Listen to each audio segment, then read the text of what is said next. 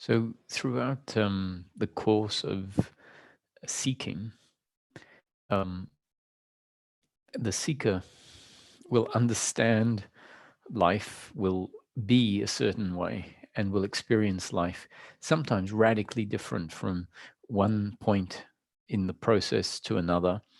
And then once again, a change that is change from what might even seem like, oh, this is it. So there are essentially a continually changing, it's a continually changing process. And even little refinements mean a change in the seeker, a change in the person. And especially if we look at it from a bigger picture point of view, there are very significant big changes that mean life will be known very differently at these significant junctures. That different knowing, and when I use the word knowing, really it's not necessarily knowing in some sort of absolute sense, but our interpretation of life, the lens through which life is seen, can be quite different at many different stages. And that really is going to be a result of how the information that is being delivered is being processed by the body-mind organism. So an example of this is that at some point, we might actually become convinced that there is no person. And not only convinced intellectually, like, oh, I'm convinced there are Martians on Mars. I'm absolutely convinced, but rather our experience of life, the qualitative nature or the qualitative structure of what we would call daily living, the actual way the experience is rendered, the experience we have in this moment, changes so radically that our concept, the intellect, and how it interprets what life is, has to change radically, because the components that allowed the previous interpretation of life, the previous description, the previous assumptions, the experience that allowed the previous assumptions is different. So the components that were in the experience previously are not there anymore. And so we then have to come up with, or we do come up with, a different description, a different feeling of what life is, a different concept, maybe even a different concept of who we are or what is real. And there are times along that process where we can be convinced that now I know the truth of life. I didn't before, and now it has changed, and it's changed to reveal the truth, or now I understand it correctly. And the irony, it is ironic, is that then changes again.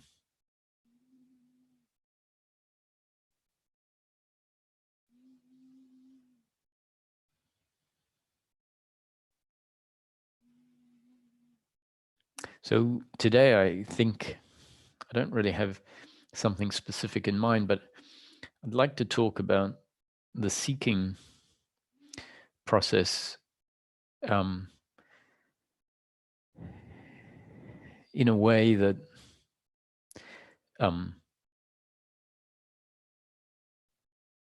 really talks about what's happening. Because a lot of the teaching, and not so much in this teaching, because it does really try to keep it practical. And when we're keeping it practical, a lot of concepts are just relevant. When a teaching doesn't keep it practical, then a lot of more esoteric concepts are relevant. And it isn't that keeping it practical is better. It can sound like that because, practical, we associate the word practical as good, as beneficial, as a positive attribute. And so if I say the teaching tries to keep life, who we are, and the teaching very practical, then it can sound like it's saying, well, that's the best way to approach teaching. Now, that's one of the ways, and it is what feels appropriate for me to put forward, but it's not the only way at all. In fact, there isn't, as far as I see, one way that does the whole job. I think there's places for quite different teachings in one seeker's path. And so that's an important thing to look at. And I guess it's where I started to say that there are these different phases where we will know the experience of life, know ourself very differently from previous experiences. And then it can change again.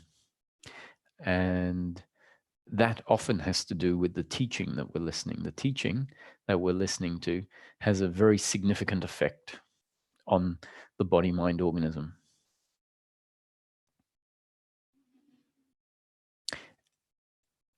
So much so that it can result in a completely different rendering of life. So I'd like to explain some of these words because I guess I use them very often, and if they're not specifically explained, it might be interpreted that I'm saying something when I'm using a word like experience, and I may not actually be talking about that.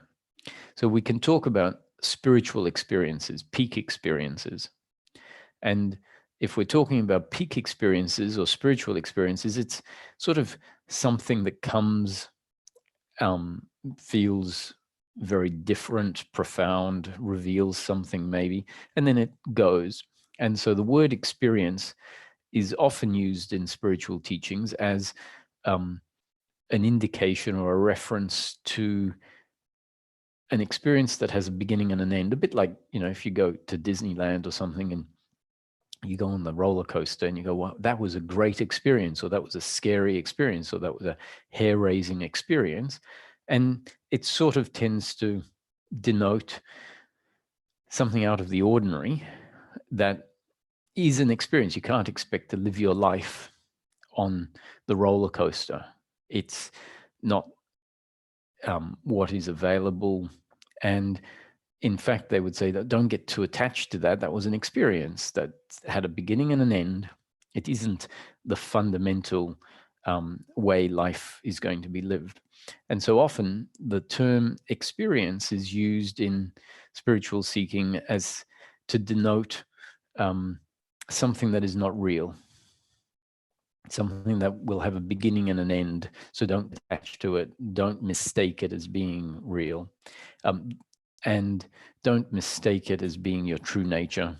So there's a reason why the word experience is used. And often it's used in a way that will encourage the intellect to move on, to not hold on to it.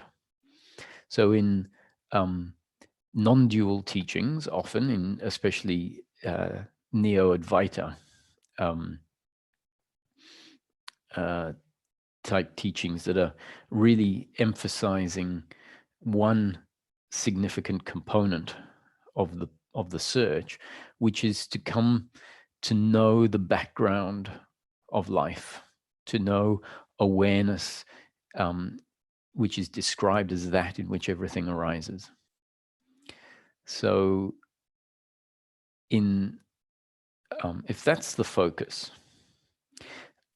awakening a recognition, bringing about a recognition, which can be referred to as an awakening, of that which is the background of life,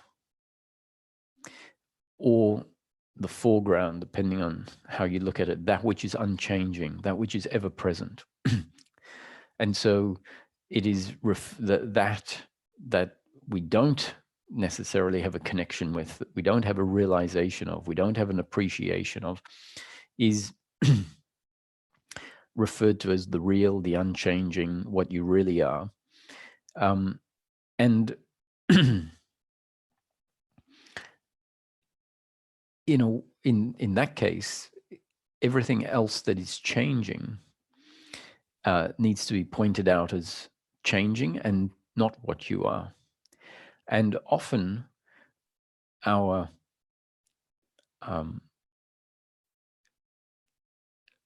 interest is in content, the content of life. Primarily the content which we are familiar with, which is pleasures and pains, circumstances, things that we can experience, that we can feel, that we can taste, that we can hear. So music could be spoken of as, experience, the experience of sound, the experience of taste if you have a strawberry, the experience of touch. And what is being pointed at at a certain point in the path is that which is fundamental to experience, that which is primary in experience, that which is the ground of experience. And so the word, it's hard, I guess, talking about many different teachings because they'll all use words differently. So because the aim in those teachings is to reveal something that doesn't change, something that is ever present in life, there is an encouragement away from the notion of experience, trying to point out that when you know experience, you know that which is coming and going. If you know the experience of sound, of music, it has a beginning and an end. If you know the taste of the strawberry, it has a beginning and an end. If you know the experience of lying in the sun, it has a beginning and an end. The sun is going to go behind the clouds, or it's going to get dark. And so you can say, oh, that was nice, but then it ends. And so the the teaching is trying to, not this teaching at this point in time, and so certain teachings are trying to remove our attention from being identified with the content of life, what we could call the experience, the specific components of daily life, which they might refer to as experience. And they want to put the emphasis on that which is aware of the experience, that which is aware of the taste, that which is aware of the sound. And so experience is often, in some teachings, referred to as that which is not really real. It is an experience. It comes and it goes. Don't focus on that. That's experience is always going to change. And it's very powerful to hear something repetitively that says, that's just experience. Don't be obsessed. Don't focus on experience. What you are is not to be found in experience. You've lost yourself in being identified with that which is changing. And the body will be pointed out as an experience.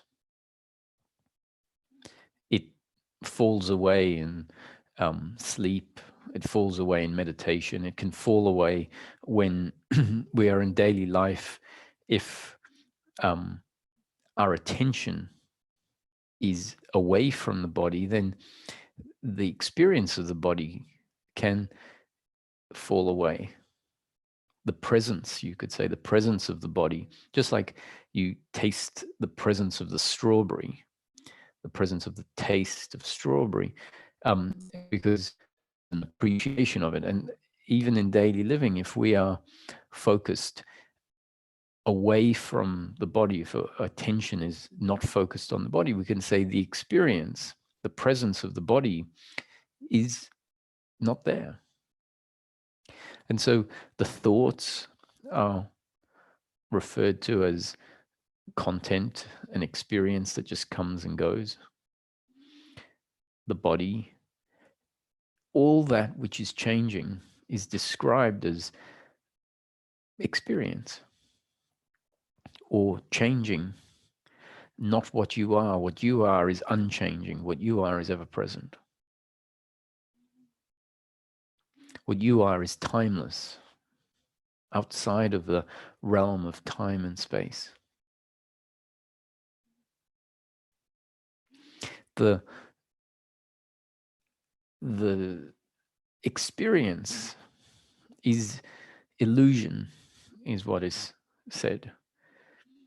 It is what we have taken to be real. And now we don't know what is real because we are not realizing that the content of life is illusory. Now, I'm not really necessarily, I'm not putting this forward as the in a way, at the moment I'm teaching, and I'm using that teaching, that style of teaching, that methodology of teaching as part of what I'm putting forward now. And I appreciate I can use that methodology. It serves a very valid purpose. It's not what the teaching focus generally is here.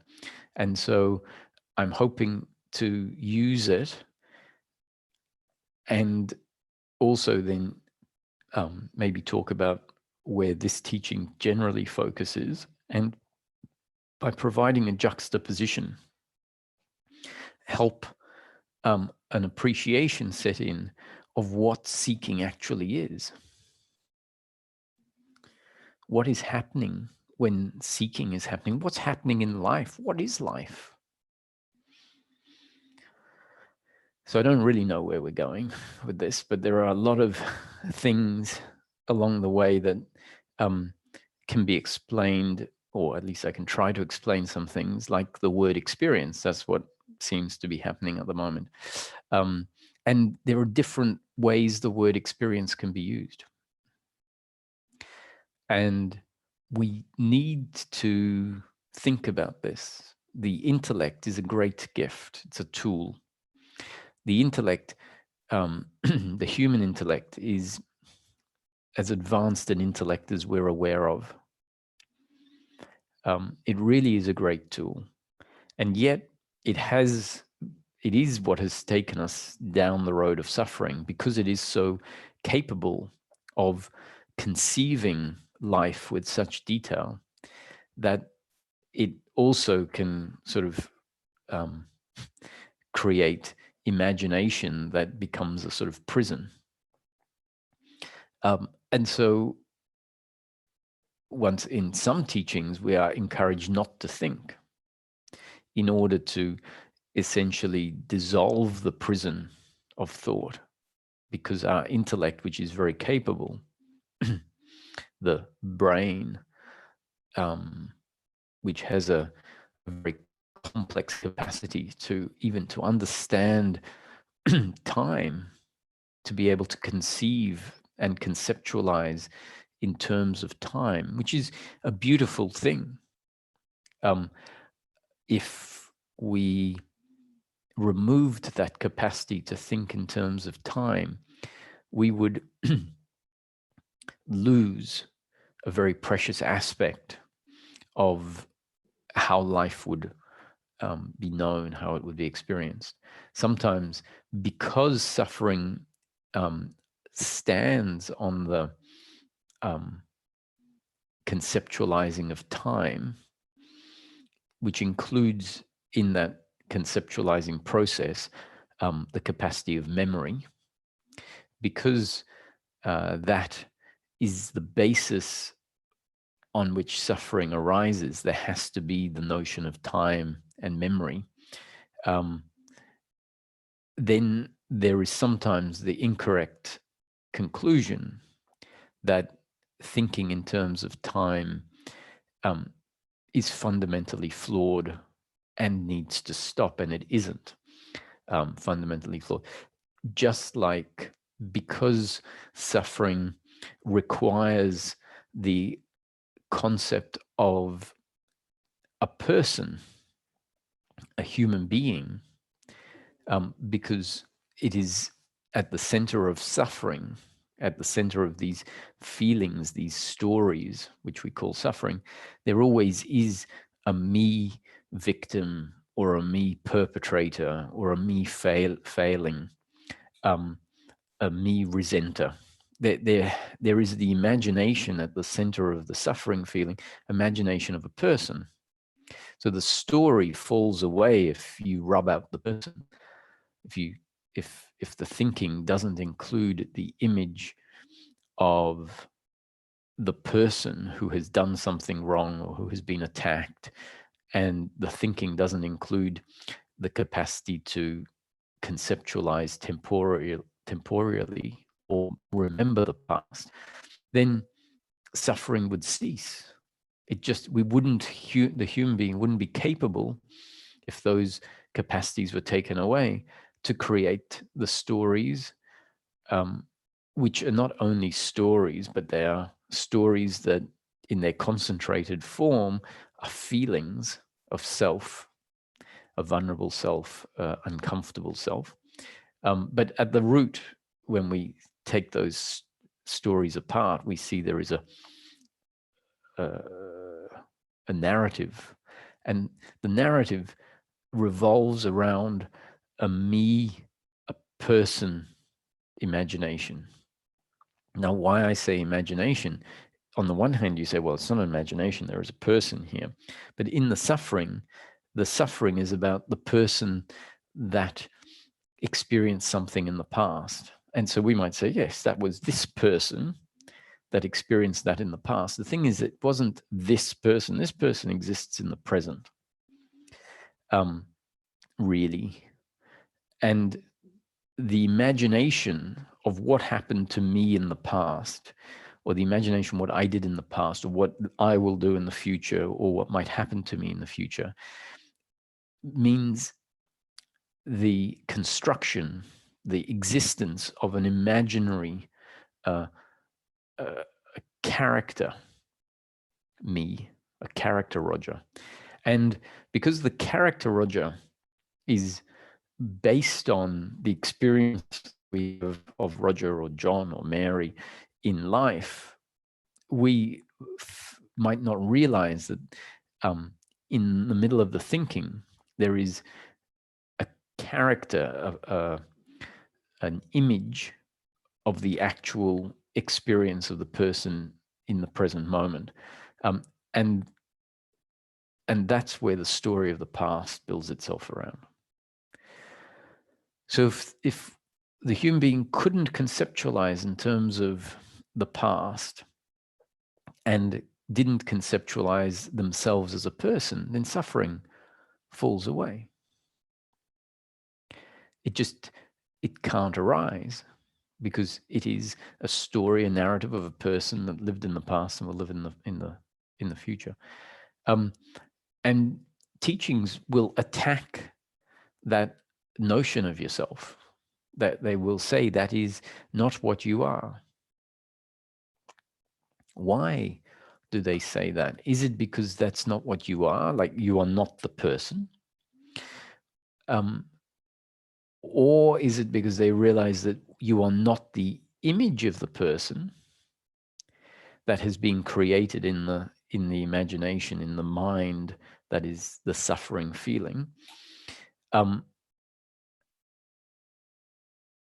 But you are the actual person. And, so why do they say you are not the person, that is the illusion? And the answer will come depending on how we see the seeking process and what is meant, what's being achieved, or what the objective of the teaching is. As that would explain why certain things are said. So are going to be teachings that I understand, that I appreciate and I understand, and I debate sometimes. Should that be what's put forward? And for some people, I would choose, yes, that's what we need to focus on. And so there is an appreciation for that approach and that teaching. And so I'm bringing it in not as a comparison, as in right and wrong, but as an illustrative aid, let's say. So you are not the person, is what we will be told. And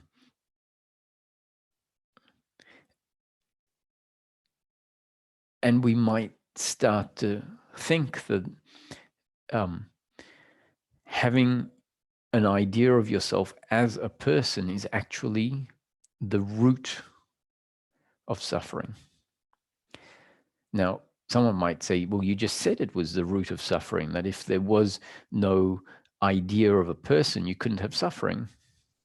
Yes, that's true, but can you have the idea of a person and still not have suffering? And I say, yes, you can. So if that's the case, if you can have thinking, if you can have thinking of the past, so if that faculty of remembering, having memory, looking back at the past and remembering a fun day out with your friends, or a painful day where things didn't work out, where maybe someone that you loved passed away, where there were lots of emotions. This faculty of memory, and therefore remembering yourself as the person, and remembering something that has happened in the past, I say that's not fundamentally the problem. That isn't the root of suffering.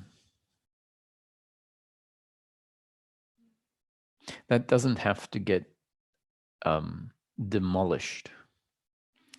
It doesn't have to get undone. In fact, if it did get undone, it's a bit of a tragedy. Because you simply wouldn't be able to know yourself as we are, and we wouldn't have an appreciation of life as we are meant to be able to have an appreciation of life from. And if that happens, it's because that faculty, the faculty of cognition, of human thinking, that is a gift, has been suppressed, has been discarded as a problem when in fact it's a gift. And if that has happened, then it's very possible for us to shut down certain faculties of thinking by cutting them off. And they get cut off because a part of the system says, no, don't do that. A part of the system is conditioned to not see that as beneficial. And it's often conditioned by spiritual teachings to see that as the problem. Now, if I say that, if I'm suggesting that knowing yourself as a person is not the fundamental problem from where suffering arises, it's not the fundamental error from where suffering arises, it's not the fundamental knowing yourself incorrectly or not knowing yourself from where suffering arises. And yet a lot of teachings will put forward the teaching on that basis, that knowing yourself as a person, that thinking of life in terms of time is the fundamental grounds on which suffering arises. So does that mean that they're wrong? No, I don't think that they are wrong. And I don't think that my statement that says that is not what I see as the fundamental root of suffering, and therefore a teaching that says it is it wrong? No. Why is it not wrong? It's not wrong because the process of spiritual seeking is a process. And there is a certain accompaniment with our idea of person that is the error, essentially, the fundamental error that is the grounds on which suffering arises. It is essentially a interpretation of what the person is.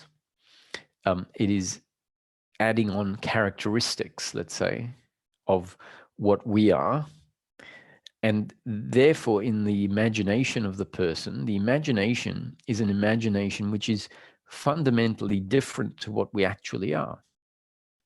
So when the brain creates a image, imagination of the person, it is creating an imagination of the person that is different to the person that actually exists.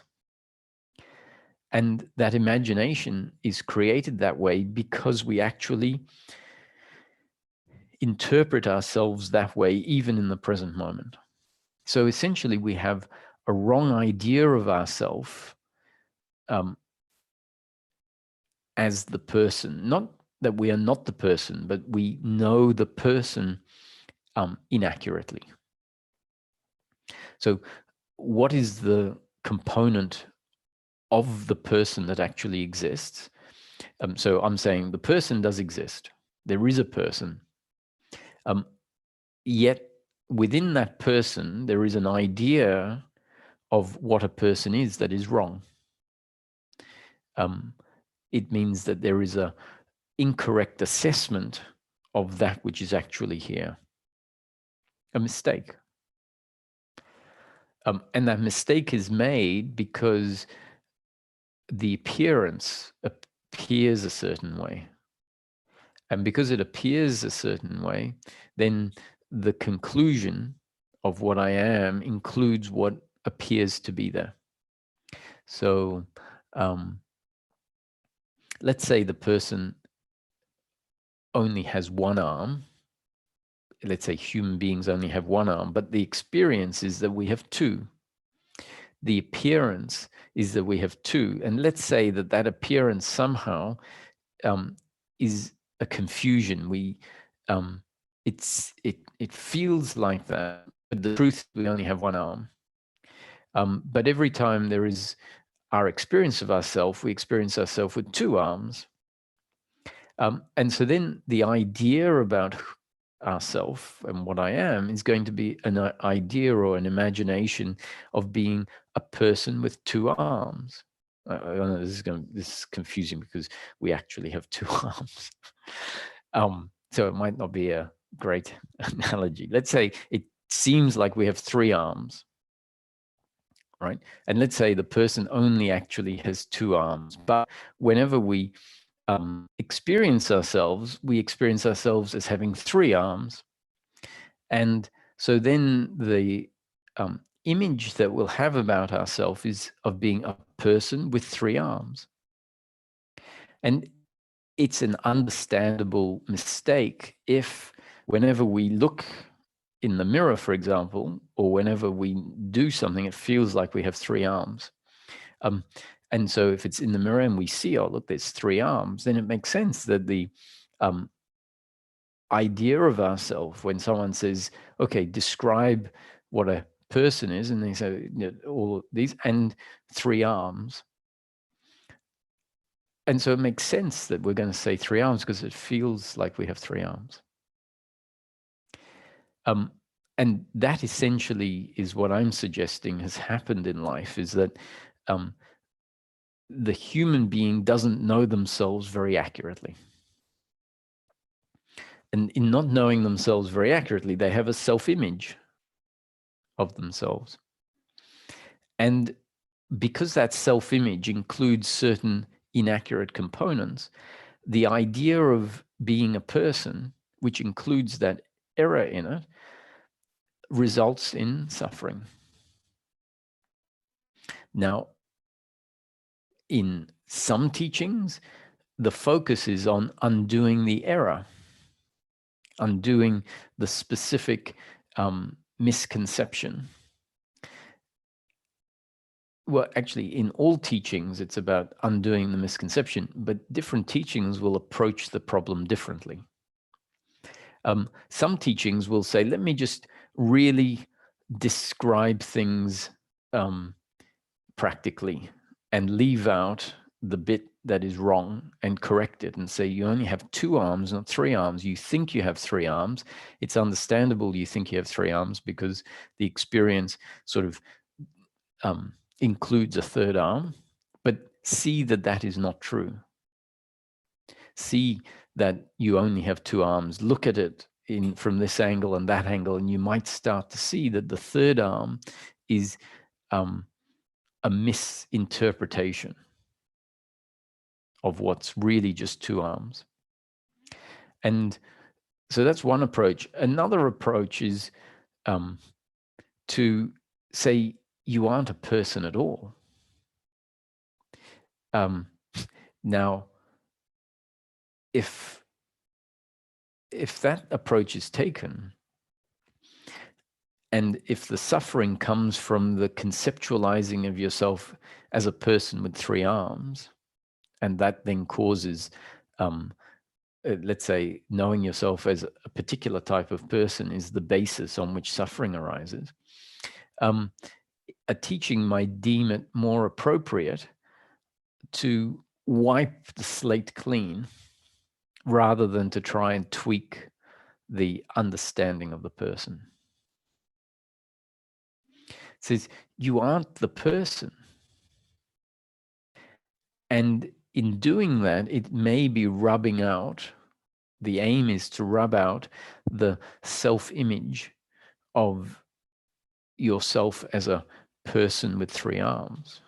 But it's deemed that I can't just erase one of the arms. It's too hard to do that.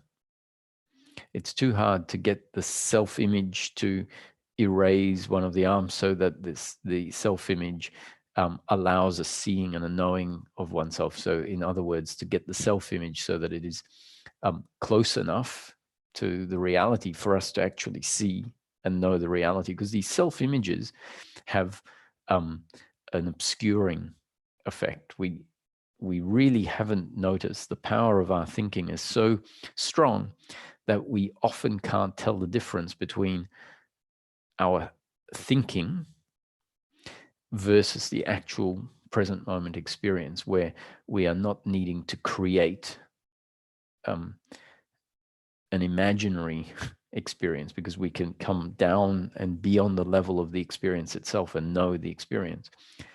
The power of thought is so powerful that it can keep us disconnected from the present, keep us in an imagination of life where life itself, the act, is not really known. And so some teachings will take the approach of, I have to get rid of this self-image altogether, because this 3rd arm is so integrated in with the idea of being a person that it will be too hard to say you don't have 3 arms. It seems silly,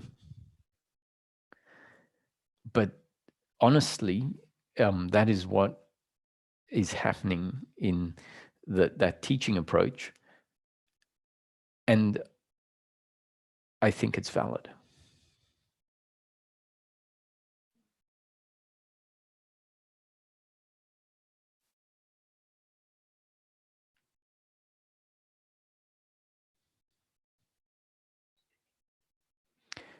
So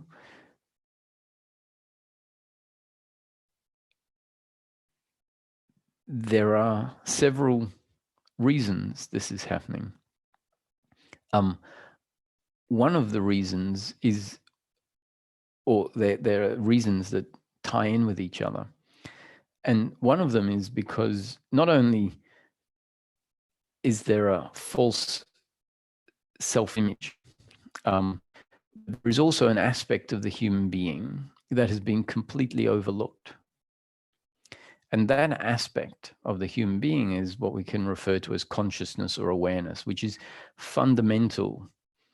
It's probably one of the most fundamental components of being human. If you take that away, essentially there is no experience of life, no experience of being human. And it is completely unrecognized. It is what is functioning through all of us all of the time. And it's unrecognized. And so the teachings that are taking the approach I'm just talking about, where they say there is no person, have decided to do that because it sort of kills two birds with one stone. It diverts attention away from the physical aspects of the person that we are very familiar with, and it points attention onto the consciousness or awareness aspect, which we are not familiar with, which essentially is referred to as the not knowing yourself, the having forgotten yourself, having identified with what you are not, meaning identified with the physical. Now, these terms are put forward in ways that are powerful within the teaching, but not necessarily so accurate. And they don't need to be accurate. They need to be powerful.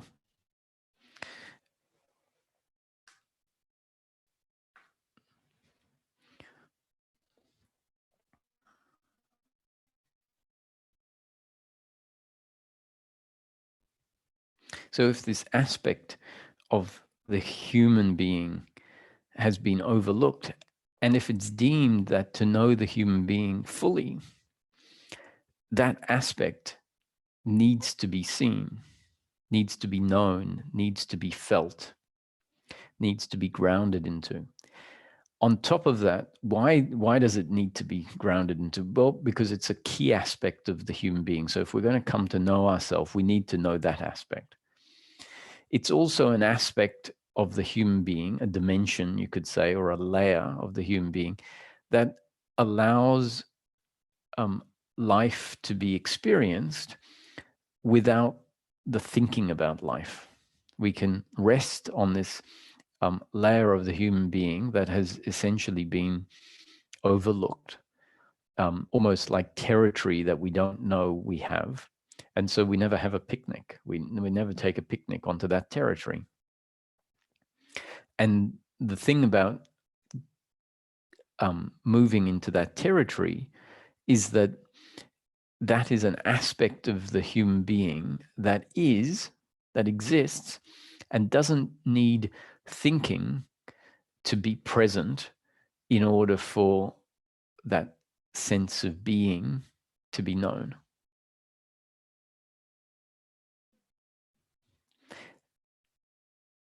And because the suffering is intellectual, it's thought-based, it's based on an idea of being a person that has been attacked in the past and is vulnerable in the future. A person with attributes that person doesn't really have. Being separate from life, for example, this is one of the attributes that is in the imagination of the person. So this is equivalent of the third arm. We believe that we are separate from life, and we're not.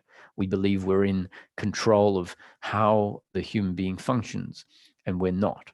We believe that the other is in control of how they function, and they're not. We believe that this person requires circumstance to look a certain way in order to be at peace, in order to be complete in life, and we don't. So those are parts of the self-image or the knowing of ourself that is the wrong knowing of ourself. So we have an idea of ourself as a person, and that idea of ourself as a person is physical, emotional, and a thinking being. There, in the idea of us, there's a lack of appreciation of the awareness aspect of the human being. And there is relating to the human being as the doer in control of how life unfolds, a doer that not only is in control of how life unfolds and how it acts, but requires life to look a certain way in order for them to be complete. So essentially, the way that humans have developed is to have a completely warped idea of what a human being is. And that self-image has stemmed from the fact that being present with the experience of life isn't really available to know ourselves truly. So what this self-image has done, and the self-image was put in place because we sort of felt the life experience on the surface, and then the self-image was created. And from then on, we sort of lived life from the self-image point of view, which means life continues to feel like the self-image knows life, which creates a feedback loop of strengthening that idea of who we are that is false. And so teachings have said, my goodness, what a mess has been put in place. What a conceptual mess. How am I going to deal with it? Let me brainwash, like in a good way, let me brainwash the mess out. I can't really reconstruct that messed up image. It's sort of like if someone's built a house and you go and try and fix the house, you might end up finding that the structure is so flawed that you can't fix the house. And the solution is to wipe the house down, to just knock it down and then start from scratch. So the teachings, you are not the person. Believing you are the person is an illusion. Now, what they're talking about is your image of a person is not what you are. The image of the person is illusory. The experience of life comes and goes. It's not real.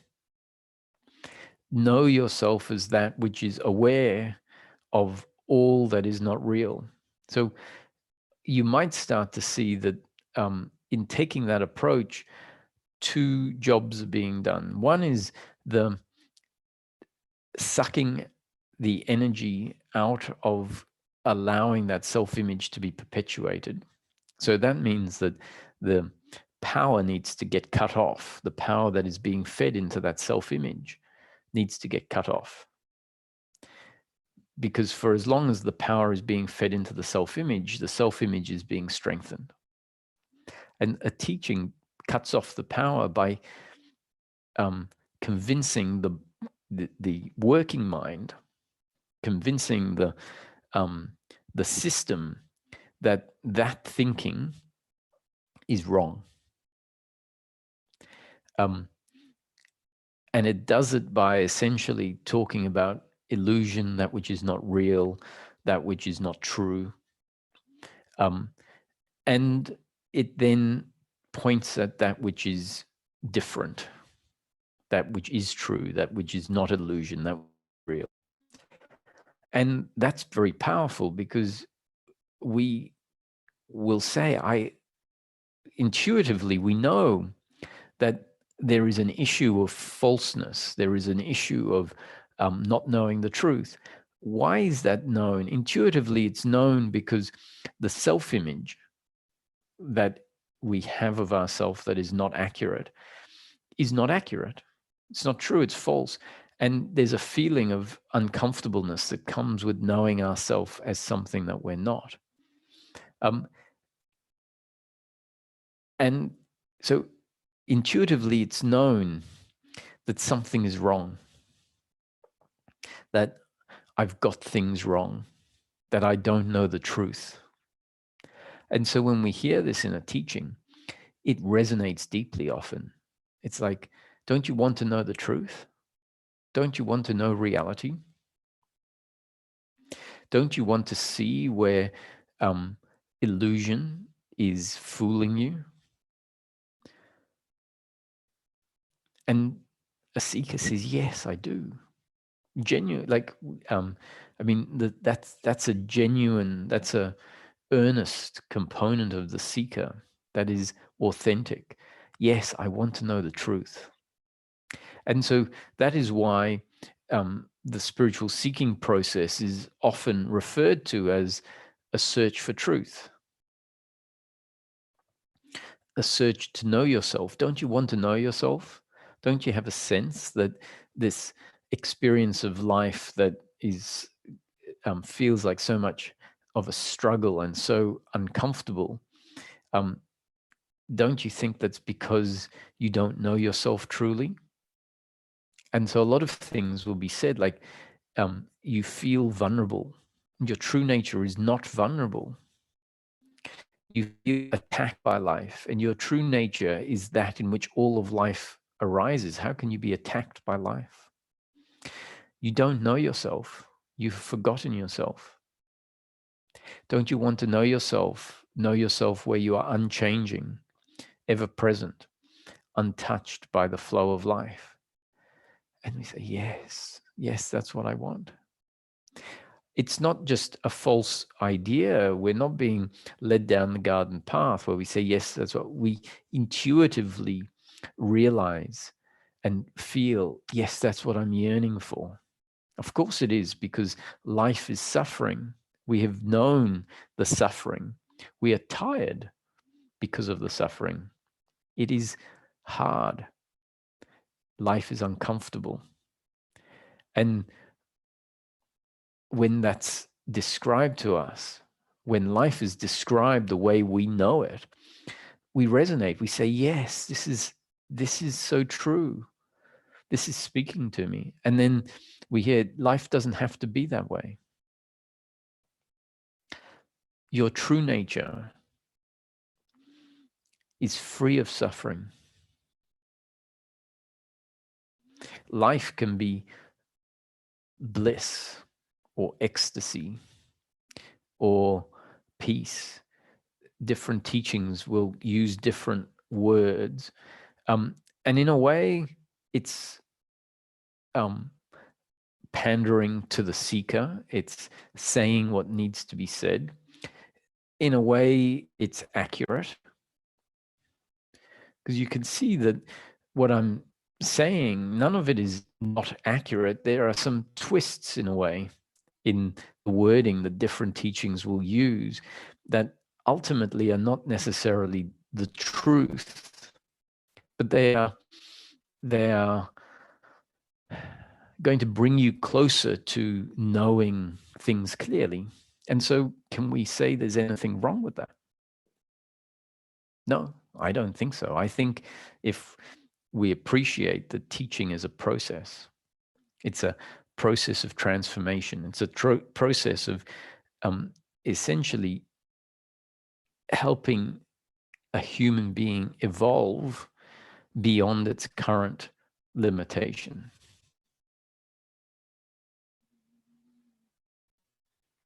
And so if we are listening to the teachings and there is this resonance. That resonance can manifest as all sorts of shifts in energy and feelings of gratitude, and feeling connected. It's like, finally, after a lifetime of feeling lost and feeling like life is a struggle, there's some hope. We are hearing what we've been yearning for without actually knowing it intellectually. What we've been yearning for on a deep intuitive level is an answer to what we knew.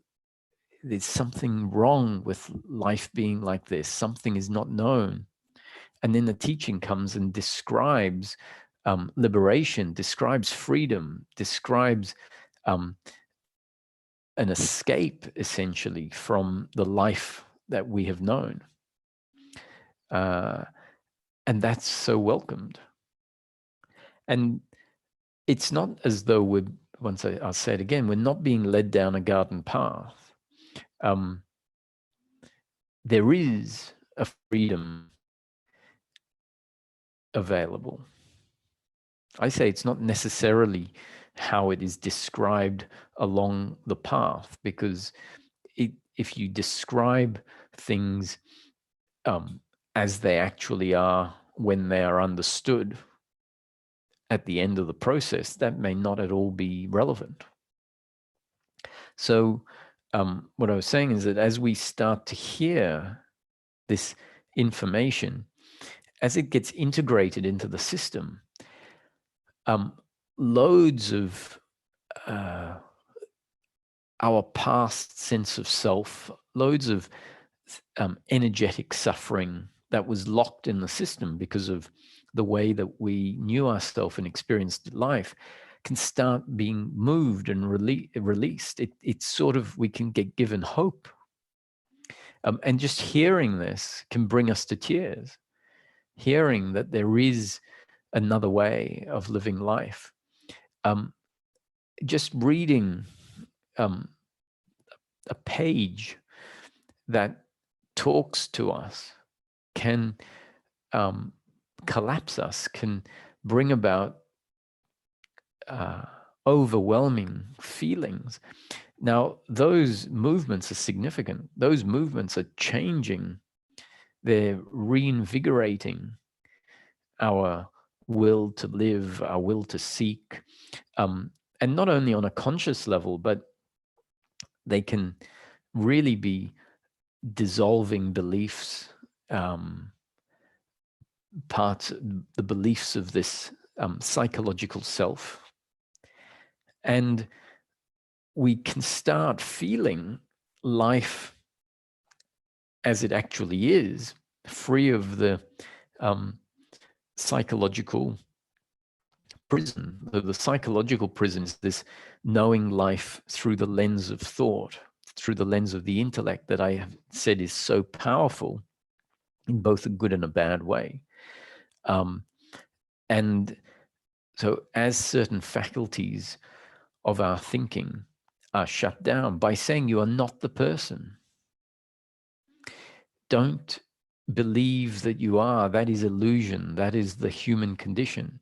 And as that conditioning comes in, it can have a power to shut down certain faculties of thought that can propel us into a different knowing of ourselves, even just for moments, can propel us into an appreciation of the present moment, where life is known differently to how it's known from within the conceptual rendering of life. And all of these movements feel, well, they feel however they feel. And some of the energetic shifts, some of the perspectives from which life is now known from outside the realm of thinking, can create a sense of reality. Like, oh, this is real. Was this recording? So this is real, is what we can start feeling, because the house of cards can be falling away. And because the concepts are coming in, let's say a concept that says time doesn't exist, you are not a person, you are not the body. Because those concepts are coming in and they're encouraging a stopping of a certain faculty of thought, then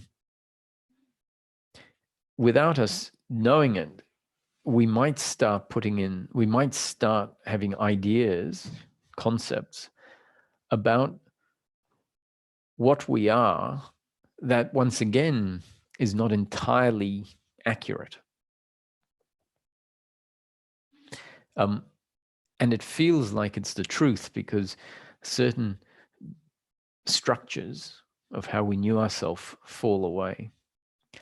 And then we start experiencing life, and we actually might wake up to the component of life that doesn't feel temporal. There is a way of experiencing life that seems like in presence, where it seems like it's confirmed that the past never existed and the future will never exist, that all that exists is this right now. And that's not to say that that's wrong. It isn't wrong. Why it is felt that way is because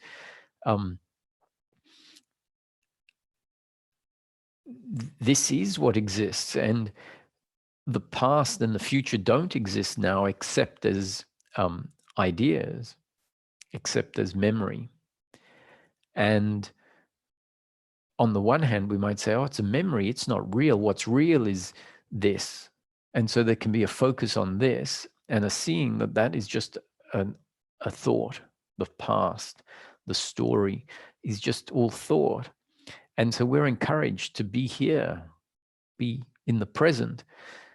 So all of this thought about the past is referred to as illusion. Don't get lost in the past, remain grounded in the present, which can encourage the falling away of thinking about the past. And we might actually think that thinking about the past is fundamentally flawed. Actually, it's flawed when it brings into existence the old self-image. And often when we think about the past, what comes up is the idea of the entity that lived in the past, which is usually this false, inaccurate idea of who we are, which is physical primarily, missing the consciousness aspect, adding in these these characteristics of being in control, needing outcomes. And so if that comes in when we think about the past, the teaching says, whatever you do, don't think about the past, because, so teaching can't say, won't tell you not to think about the past, because if we're designed to think about the past, telling someone not to think about the past is pretty pointless.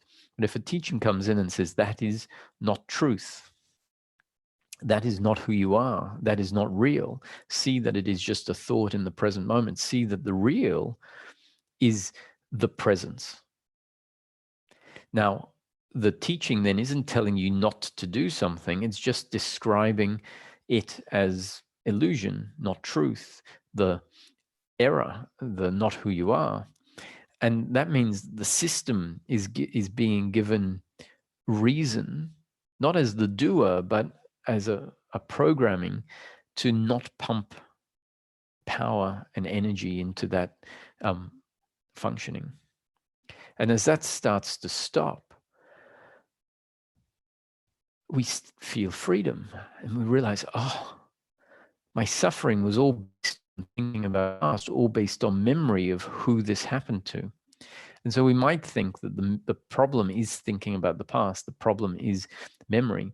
It's not. It's thinking about the past relative to that false self-image. When that has dissolved. And for a while, we think, because the teachings have told us the body is simply an appearance, it's not who you are. And the human being, which is what we are in the present, we are a human being, has become so conditioned to know life, the experience of life, and I'm using the word experience different to how I used it this earlier on.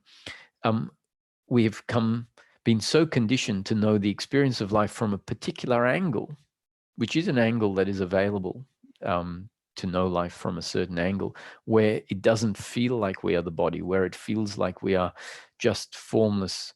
Sorry, it doesn't feel like we are a person, because I'm not saying we are a body, I'm saying we are a person. And a person includes a body aspect. A person includes the aspect of consciousness. A person includes the aspect of emotions and thought.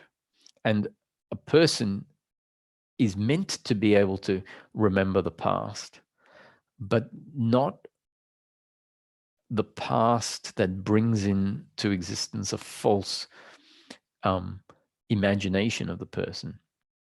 If we can find that after that self-image dissolves,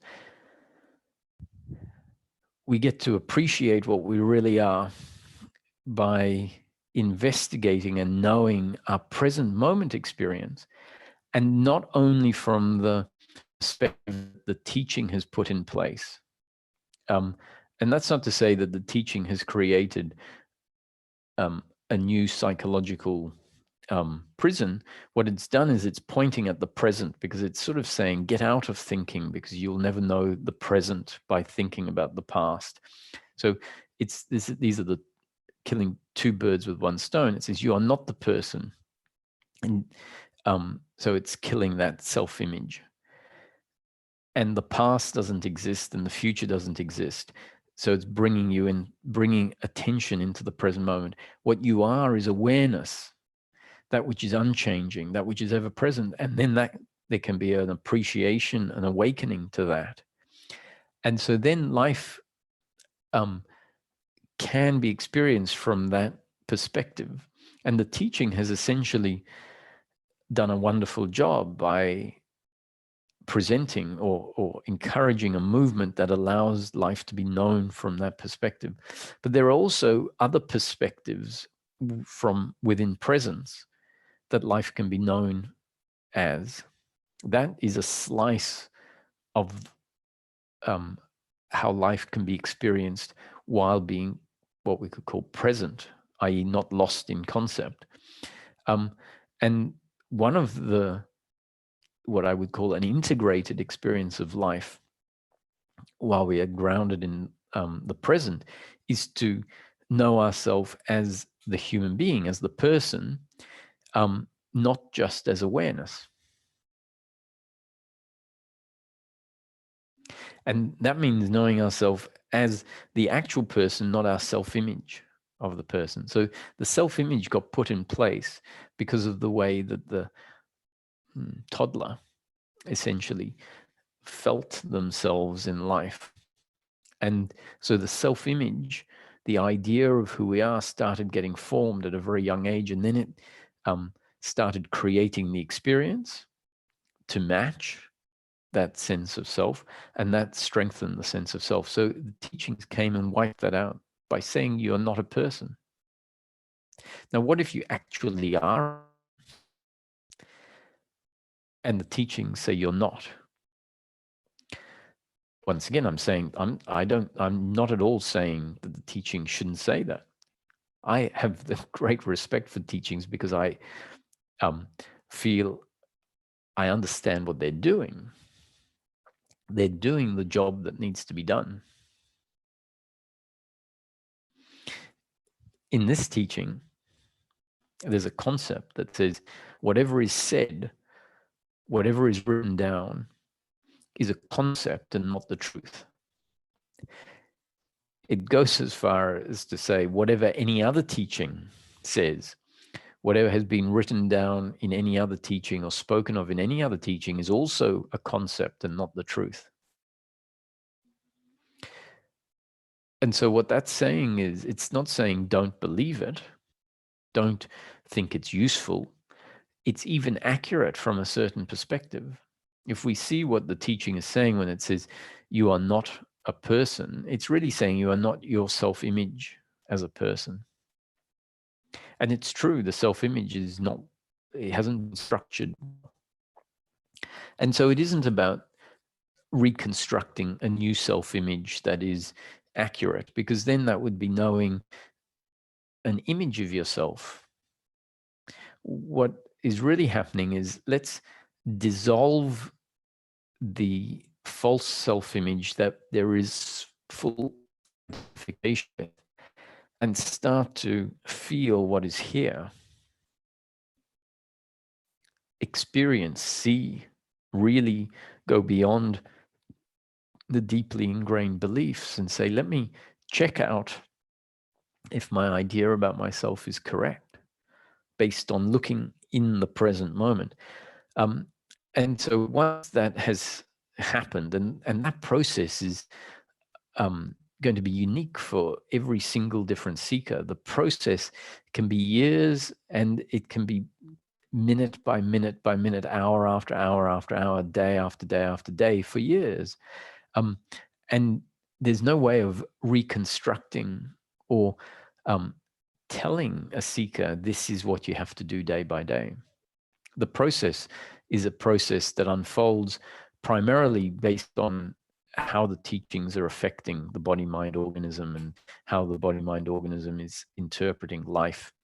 And no one knows what is going to come next. That body-mind organism will be a certain way, and it will receive whatever is there that resonates with it in a particular way. And it's going to resonate with something, and it's going to get it wrong. It's going to absorb it differently to how the teaching intends it. And yet it doesn't matter that that happens, as long as it is moving moving the change in the right direction. And because of the general principles at play in the teaching concepts, even when it's misunderstood, it's going to be misunderstood in the right direction, probably. And the reason I'm saying it's misunderstood is because the concept may be just too much to be understood as it's intended. And in fact, as it's intended, it's not even intended to be understood a particular way. It's intended to be delivered as a teaching, understanding that it will be misunderstood, but that misunderstanding will be a step closer towards where we're going.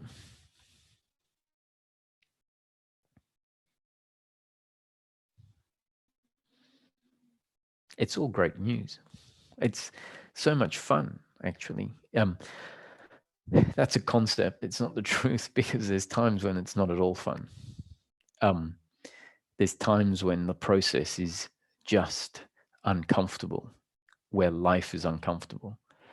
But when we have moments of looking back on the change that has happened, some people listening will resonate with what I'm saying, where they have a frame of reference from their own process where things have changed, and then something new came in, and what they believed was truth and how life actually was or is, something comes in, resonates and clicks in the thinking, and then it changes again.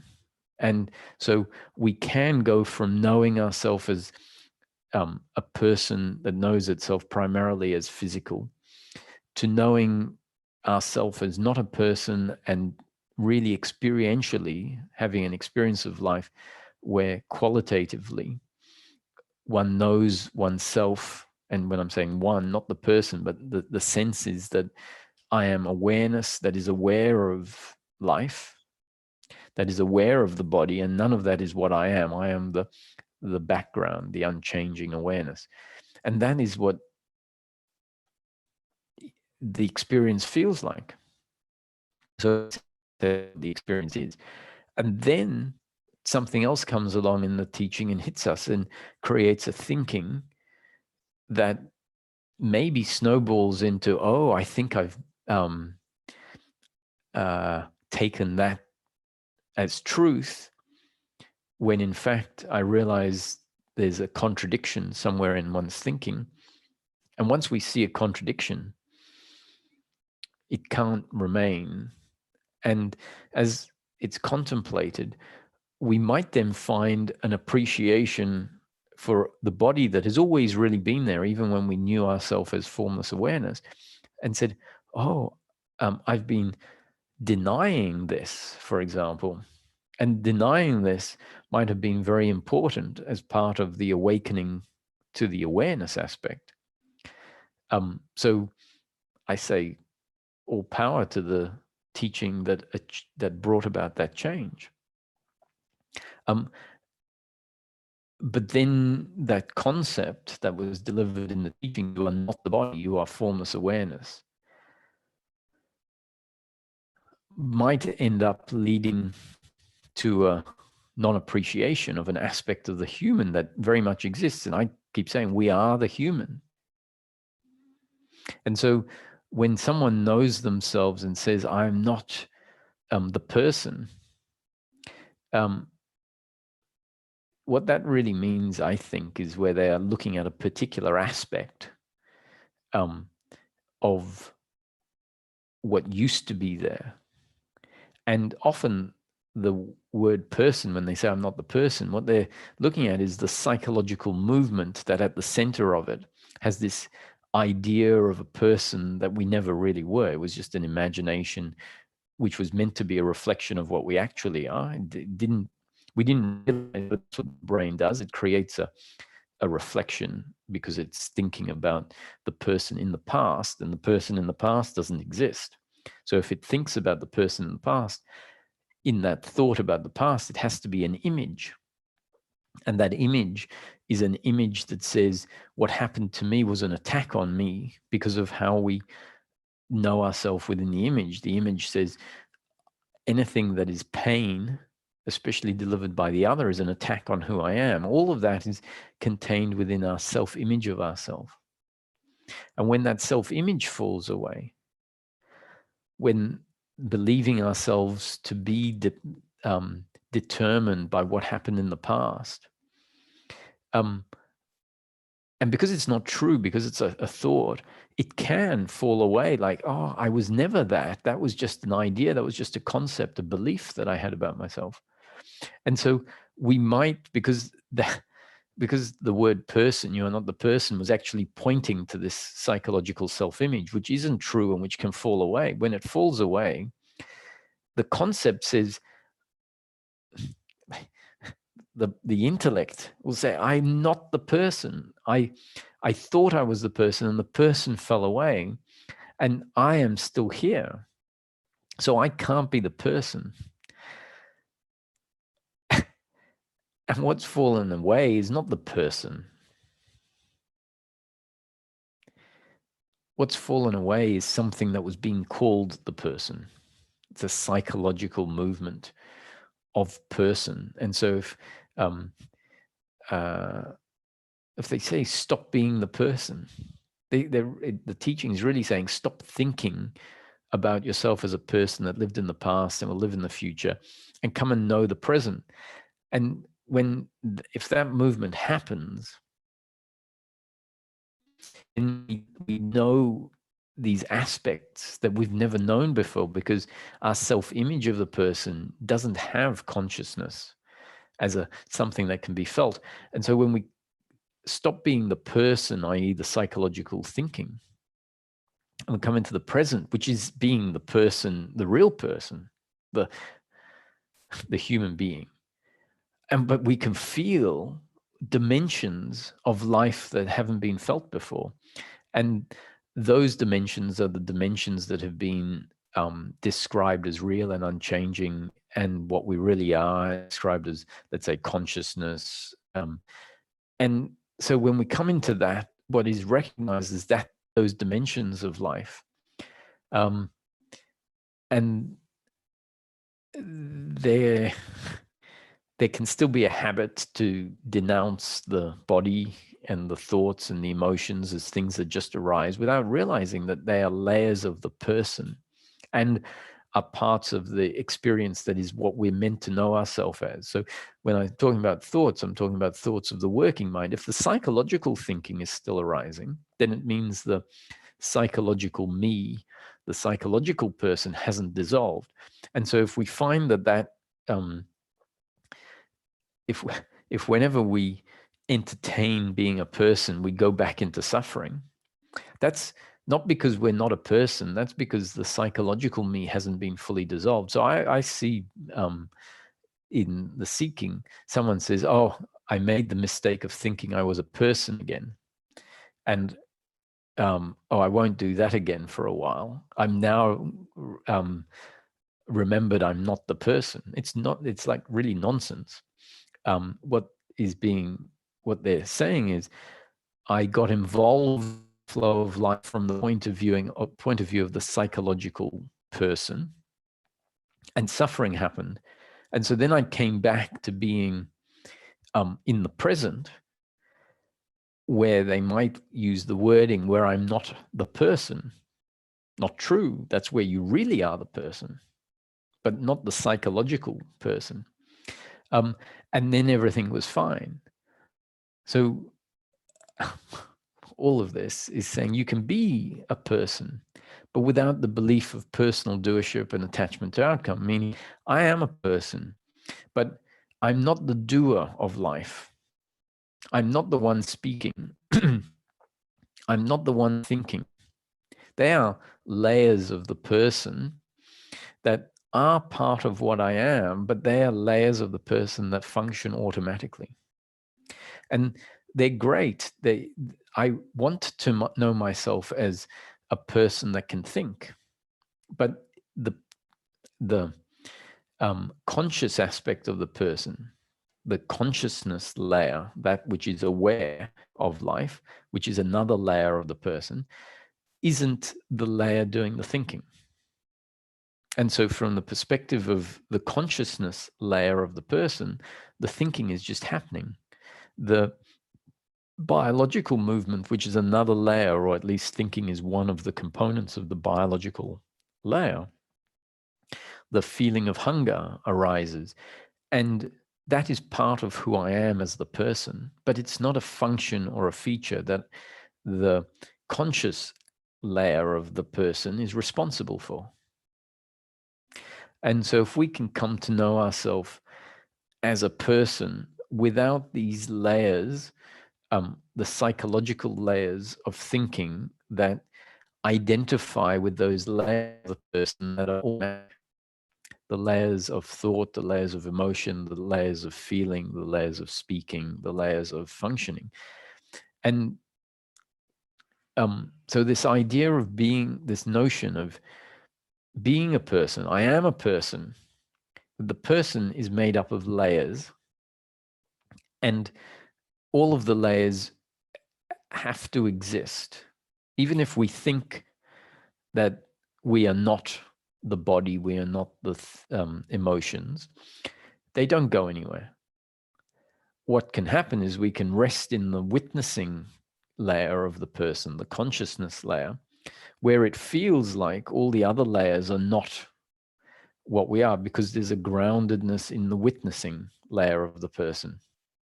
And so if the intellect forms the conclusion, I am not the person,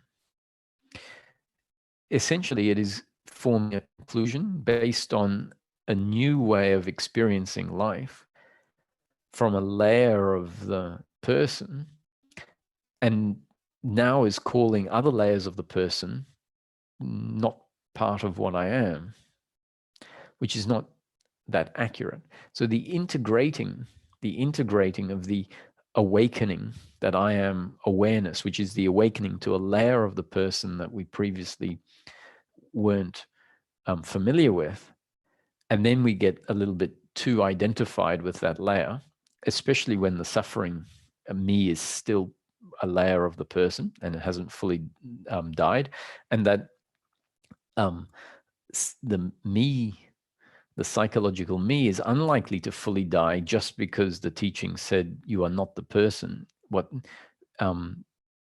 What's happening is it's being starved of energy, and from time to time, the roots of the psychological me, which are still potentially a layer of the person that haven't been shed, but are being weakened, will pop into existence, and then that experience of being a person will be felt, and the me will tend to get dissolved when we start pointing at it in an integrated way. Not by saying you are not the person altogether, but rather saying you are a person, but you're not the doer. You are a person, but you're not needing the flow of life in order to be complete. You are a person, and the core of the person is consciousness. Rest there, that you can rest there, and you don't need to have the faculty of judging everything and labeling everything. And you are a person, and from time to time, the experience of life from the perspective of the person is meant to include the past and the future, but without the addition of thinking about the past and suffering about the past. But to think that liberation means to never have memory is, hopefully people can see that that's ridiculous, that memory is not a faculty that should fall away. It's not a faculty that does fall away. And we might not appreciate how subtle memory is and how significant it is for our living. Speaking is based on memory.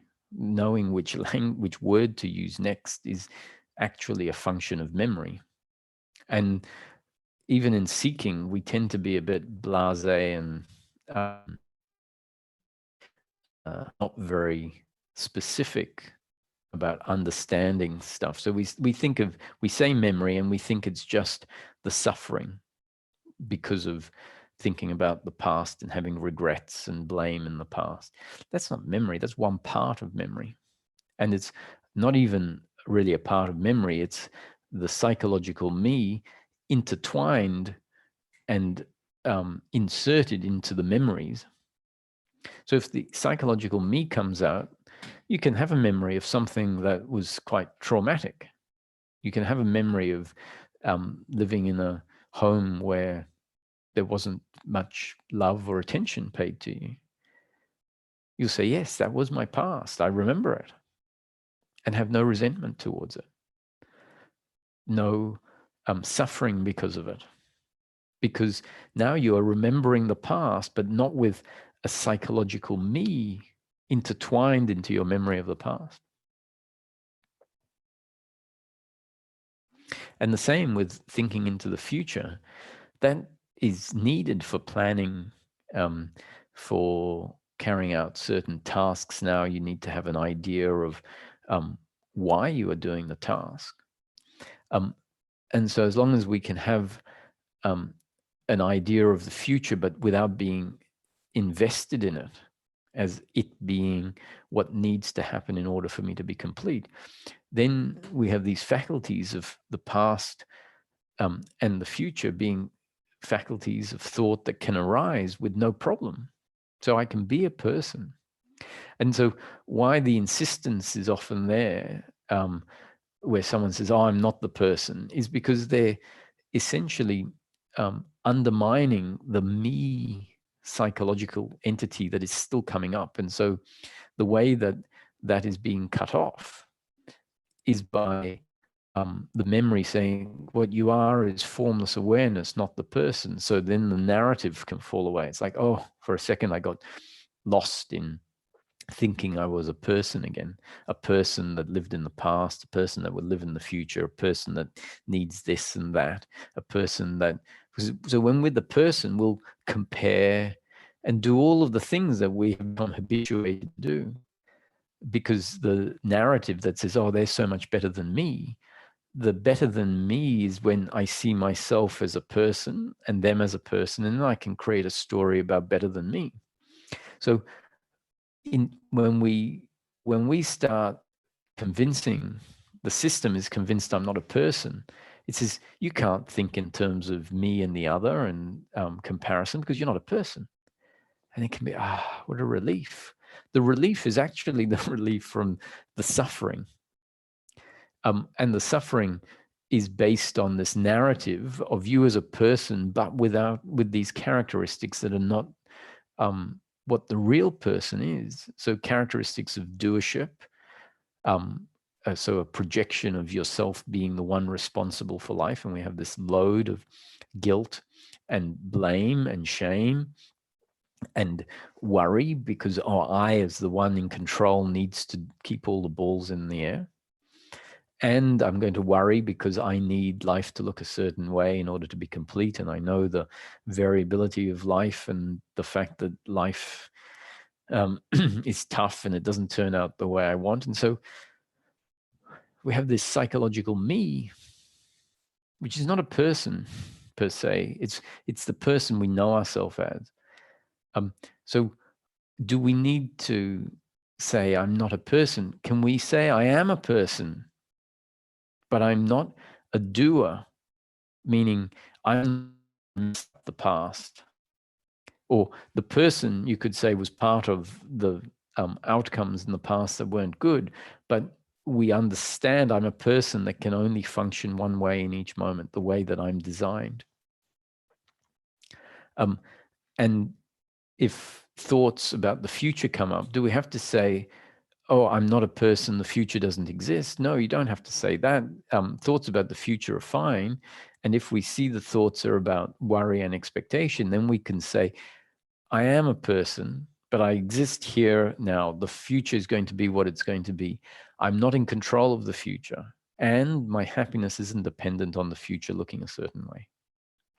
So we can be much more pragmatic and realistic about what we are once we start to understand what the seeking process is all about. The seeking process is about the end of suffering. It's about happiness for the human being, and happiness for the human being is the end of suffering. And what does suffering rest on? Suffering rests on the belief I am the doer and my happiness is to be found in outcomes, which is part of the false add-ons. It's like the third arm that gets added on to what we know ourselves as, and becomes part of what we know ourselves as. Now, what if that's not true? So if a seeker needs a teaching that comes in and says, you are not a person, the person doesn't exist. In fact, all of life is an illusion. Don't believe any of life. Don't believe life is pleasure or pain. And the reason it says there's no pleasure or pain is it knows that attachment is based on the conceptualizing of pleasure and pain. It's like pleasure, we think about pleasure, and then attachment to it and says, I need that in order to be complete. We crave the feeling that of craving it based on a conceptualization of some future pleasure.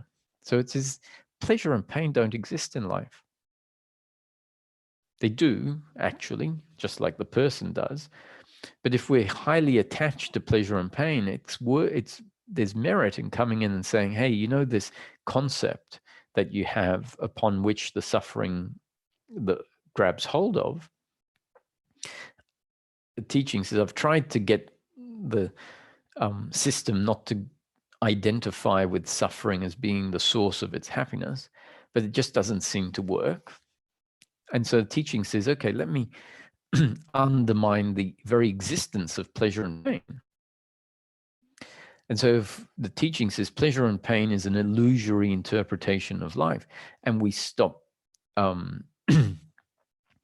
believing that pleasure and pain is an accurate interpretation of life, the suffering falls away. Now, the problem is when the suffering falls away, we might actually think that now we know the truth, because whenever I stop calling something pleasure or pain or good or bad, there's no suffering. And so then we think, that must be the true way of the way life is. And the thing is, it's not at all. You can bring in pleasure and pain, good and bad, as long as the attachment to it has fallen away.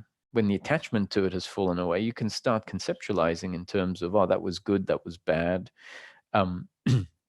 This will be a nice outcome. It would be in line with my preferences, as long as the attachment doesn't jump in.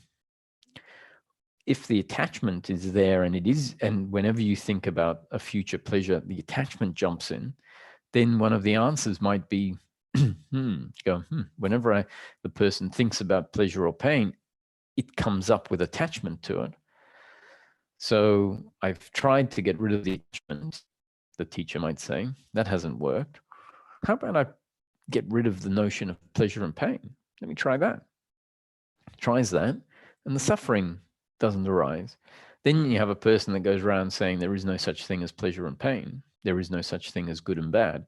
Now, that concept, there is no such thing as good and bad, has validity depending on where we're experiencing life from. If we're experiencing life from formless awareness, that means from the layer of the person that is the formless awareness. When good and bad, pleasure and pain doesn't exist because that's on a different dimension. And so from that perspective of the formless awareness, there really is no pleasure or pain that is relevant to the formless awareness, because the formless awareness isn't interested in experiencing black and not white, or experiencing white and not black, because it doesn't have preferences. The formless awareness is just interested in experiencing whatever it is, red, black, or white. So the notion that there is no such thing as good or bad does hold a relative truth. So if your benchmark of what you know yourself is outside of duality, then we can see that the notion of good and bad only makes sense from a perspective within duality. So it's good always relative to a specific benchmark. So eating a lot of trans fats is bad relative to a benchmark of health. If you take away the benchmark of health and you're not looking at trans fats from the standpoint of a specific benchmark, and you go to awareness, awareness sees trans fats, it sees amino acids, polyunsaturated fats, and black and white. And there's no notion of it being good or bad or whatever, because for formless awareness, health is not something that is relevant to it. So from the standpoint of formless awareness, there is no duality even. There is just experience as it is, and who cares how it is? It's just experience, and formless awareness is aware of it. Now, when we think we are that formless awareness, then the notion of no good and bad is accurate. But the problem is we are not just that. So we have an inaccurate idea about us being just that. And so then if the person actually who thinks they are not a person, and because they are resting in the formless awareness aspect of the person, if they say there is no such thing as good and bad, they're actually wrong. Because the person includes the relative layer of the body with its preferences. And so relative to the body aspect of the person, there is good and bad, there is pleasure and pain. And what we are is the person. So you can't end up knowing yourself as the person, which includes a relative aspect, the body with its preferences, and insist there is no such thing as that there is no pleasure and pain. There's a relative truth to that. From a certain perspective of the person, there is no duality and there is no good and bad, there is no pleasure and pain. From another perspective of the person, there very much is duality, there very much is good and bad, there very much is pleasure or pain. And the truth is you are the person which has all of these layers. And so it just simply can't be said that there is no thing as good or bad, pleasure or pain, as an absolute thing, as an absolute truth. And so at some point, the most important term that we can hear is, let's keep it practical. Because when we keep it practical, we're forcing the intellect to come back to the level of daily living. And it's the level of daily living that we have essentially had to throw out with the rubbing out of the old self-image, because the old self-image was so tied to relate to daily life a particular way that the teaching essentially came in and said, daily life doesn't exist. It's all an illusion. Don't give it any thought. Know yourself as the formless awareness. Now, that is what I would call awakening, to see that aspect of ourselves. But it's definitely not liberated living or integrated living. And the scriptures give us these hints. They say, don't mistake knowledge for understanding. Don't mistake understanding for awakening. Don't mistake awakening for liberation. So they are essentially different phases in the seeking. In the Zen tradition, it says awakening is spontaneous, liberation or deliverance is gradual. Now, they're not talking about two different paths for two different seekers and saying, oh, one of the paths you could call spontaneous awakening, and that's spontaneous. And for another seeker, they're on the path of deliverance, and that is gradual. No, awakening is spontaneous, deliverance is gradual. They're two parts of the movement, the spiritual seeking movement. There is a spontaneous awakening, and then an integration that can take years, that is gradual. And the awakening is not liberation. Liberation is what happens at the end of deliverance. And the deliverance is gradual.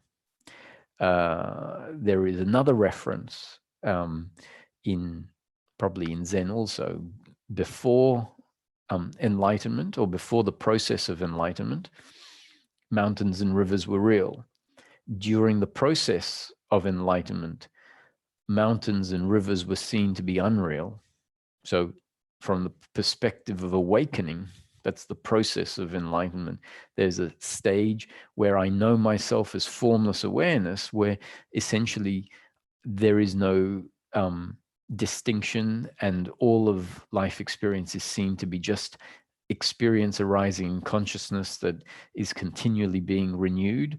And so what we used to know as form is now seen to be just transitory appearance, refreshing itself moment after moment after moment.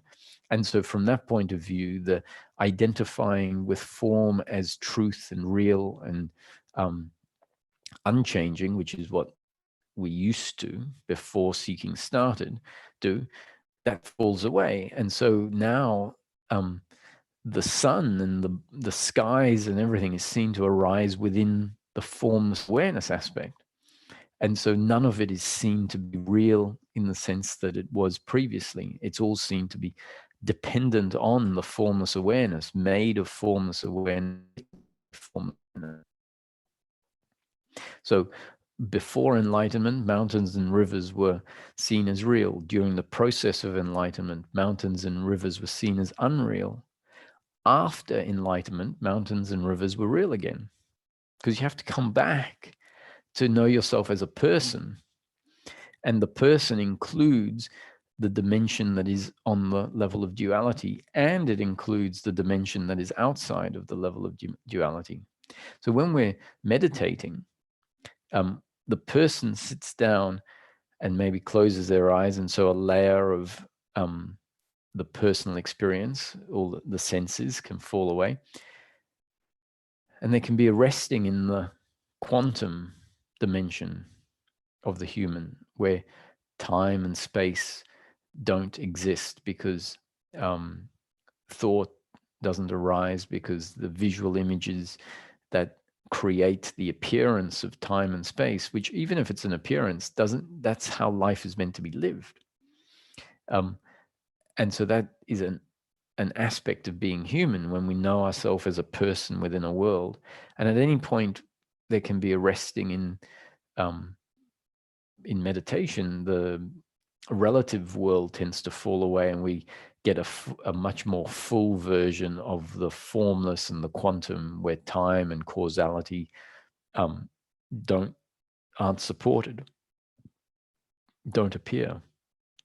So we have, and that's not more real. That is a layer of the human being that has very different qualities to the daily living aspect, but they coexist. So we can also, so the in the meditation, there's the knowing the nothingness. In the day, the everything. And in the everything, the change, there's much more of the causality and change and experience and the sense of the body.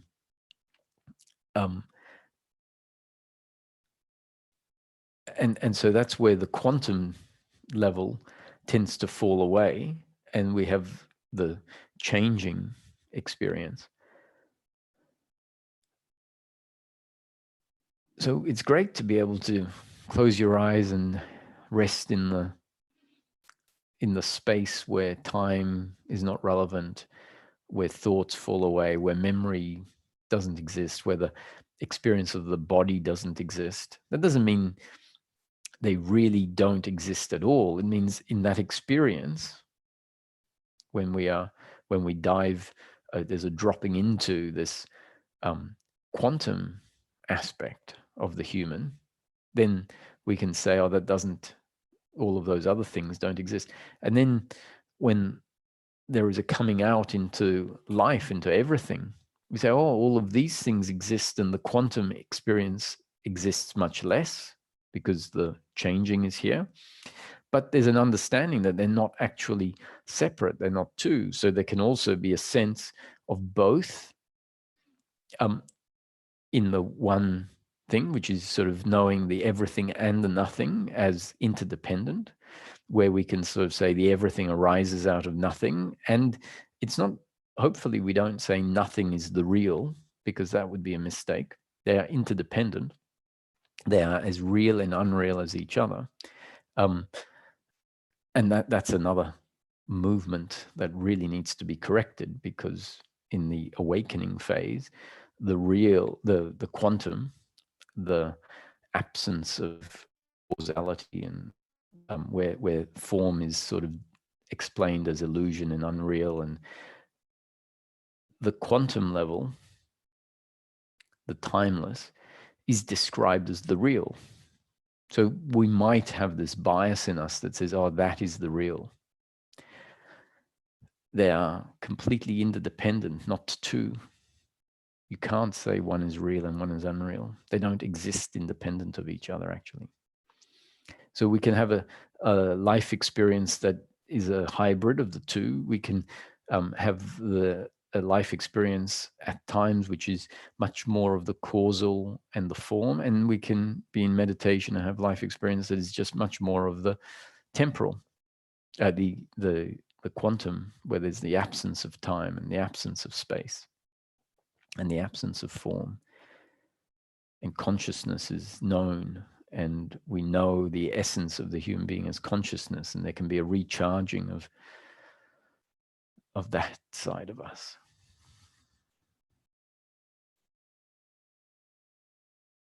So in the seeking process, there hopefully is plenty of resting outside of thinking. So I do a lot of talking to give the working mind concepts to contemplate, concepts that hopefully highlight other beliefs that might have set in that need to be refined.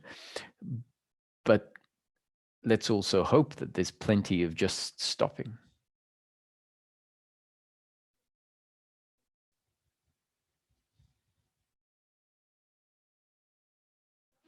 And being and resting and knowing that side of ourselves, so that then we can know the human being in a grounded way, where we're not sort of this seeker that is always thinking, and never connecting to the present moment of what actually is. So liberation, according to this teaching, is the end of suffering. Suffering is a movement of mind where we know ourselves as what we aren't really, know ourselves as separate from life, know ourselves as only the physical, feel like our happiness is dependent on the future and was dependent on the past, see ourselves as the doer that needs to control life, sees the other as the doer that is delivering pain, and if they deliver pain, they should have done it differently. And all of that is a basis on which our thinking mind can go wild, creating guilt and blame and pride and worry and expectation, which can be this heavy layer, this fog that is ever present in life. And we only know life through this fog and this lens of this psychological me. So there we go. Another satsang to add fuel to the fire. Let's see if we have some questions. Oh, it's already, my goodness. We'll take one question. Hi, Peter. Hi, how are you doing? Can you hear me? Hello? Hello, Peter. Hello? Can't hear me? Yes, I've got you. Hello? I've got you now. Yes. You can hear me? Okay. Sorry. So I guess my question, well, I have a lot of questions, but so I guess I've been listening to this teaching for some time, and I've noticed, I guess I understand it conceptually, and just the conceptual understanding alone has sort of led to sort of an unburdening of sorts from the sort of everyday suffering that you describe. As someone who's very sort of often have been very susceptible to the whole shoulds and shouldn'ts of life, it was kind of liberating. But I guess my question is, I wonder. But at the same time, I'm aware that I haven't fully sort of integrated or assimilated that, the notion of non-doership, because I do, fall into those patterns of suffering from time to time, especially when, certain triggers, interpersonal relationships, family, and, when life, it's easy to be in a state of non-doership, I guess, when things are calm and and life is relatively easy. But again, so that indicates to me that I haven't, fully assimilated that. And I was wondering, you talk about, you've mentioned a few times this idea, or this realization that I simply cannot be the doer. And I'm wondering what that, and then what that looks like. Is that a sort of, conviction, that having that kind of conviction, that, and the belief, I have the belief in it, it's compelling enough to actually have some kind of practical influence on my life. But I'm not sure I have that conviction. And you talk about an investigation.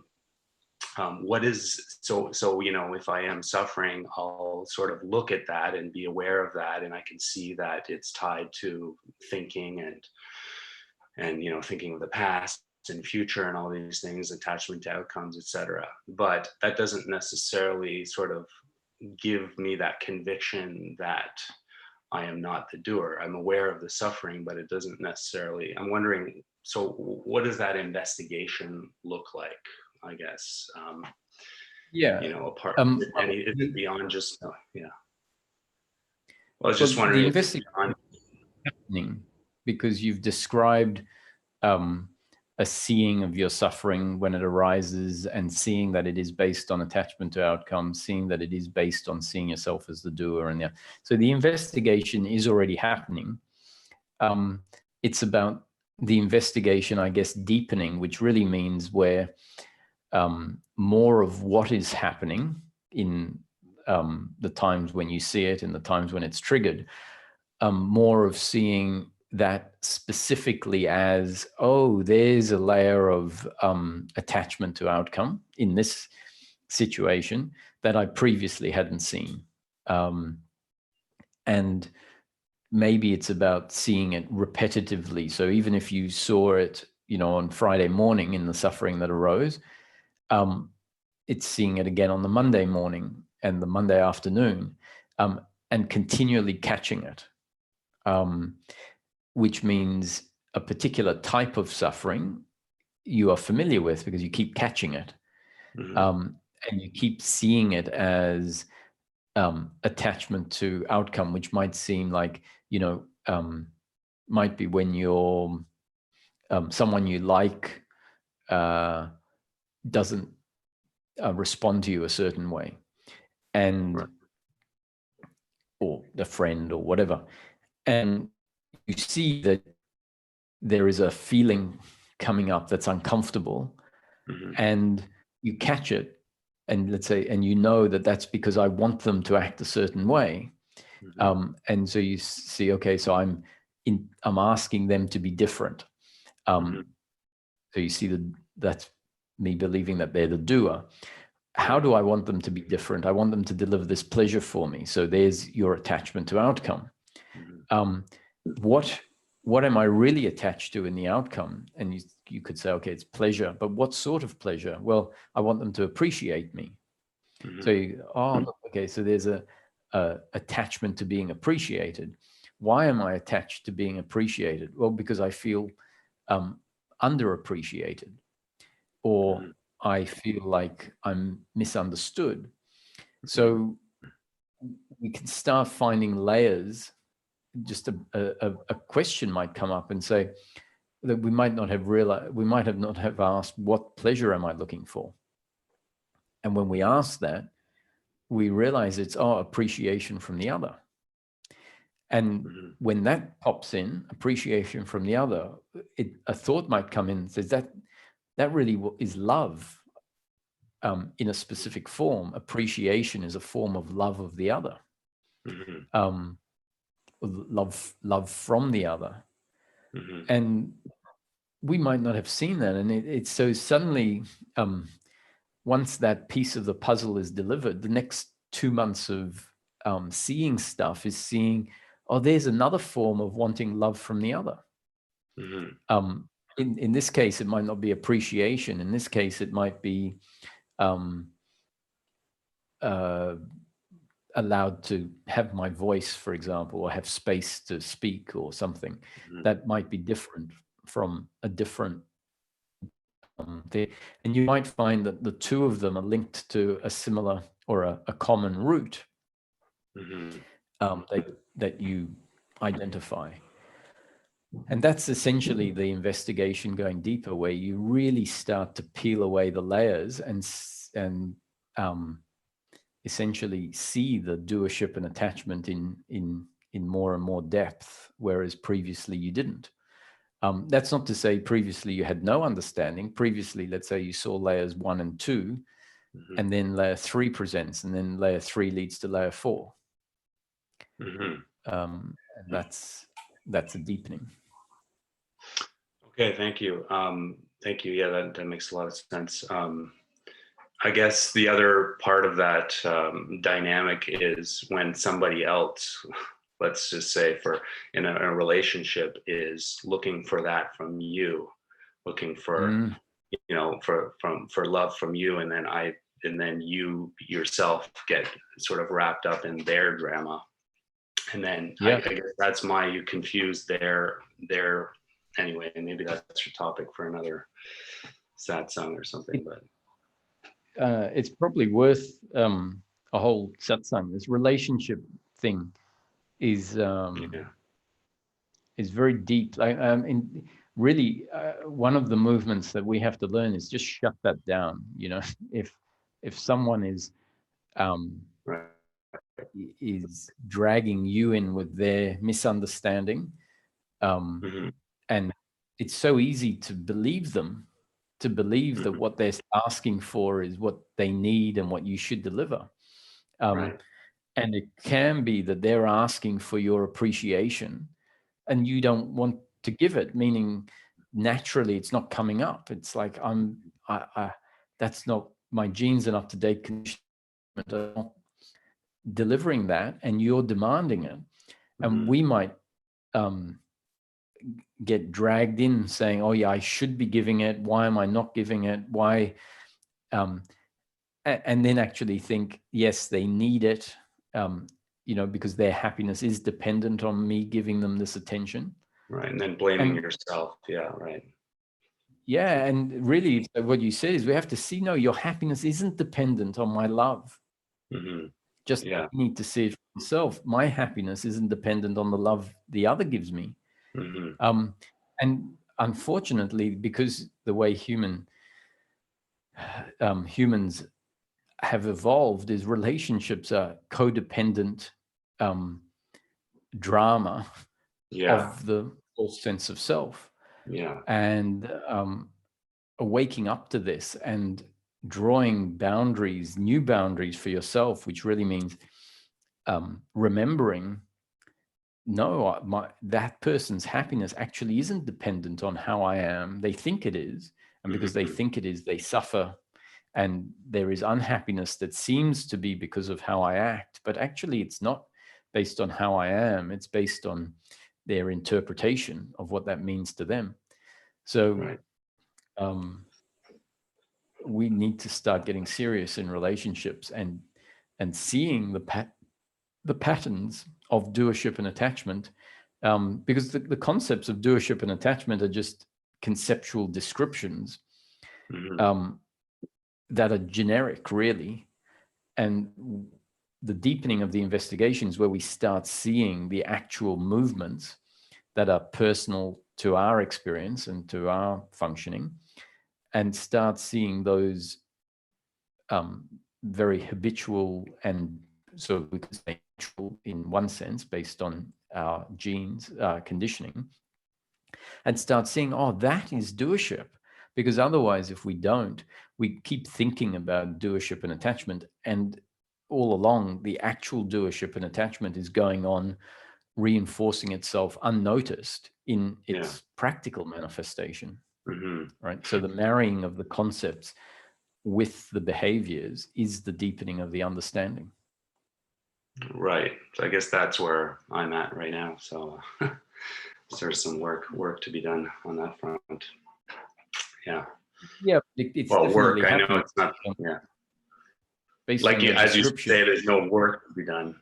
Obviously, it's just it's through the grace of grace of God or what have you. Obviously, so I mean that's yeah. But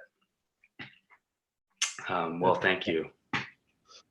You're welcome. And just before you go, and the last thing I say in today's satsang is this insight, which was part of your first part of the question. I simply cannot be the doer.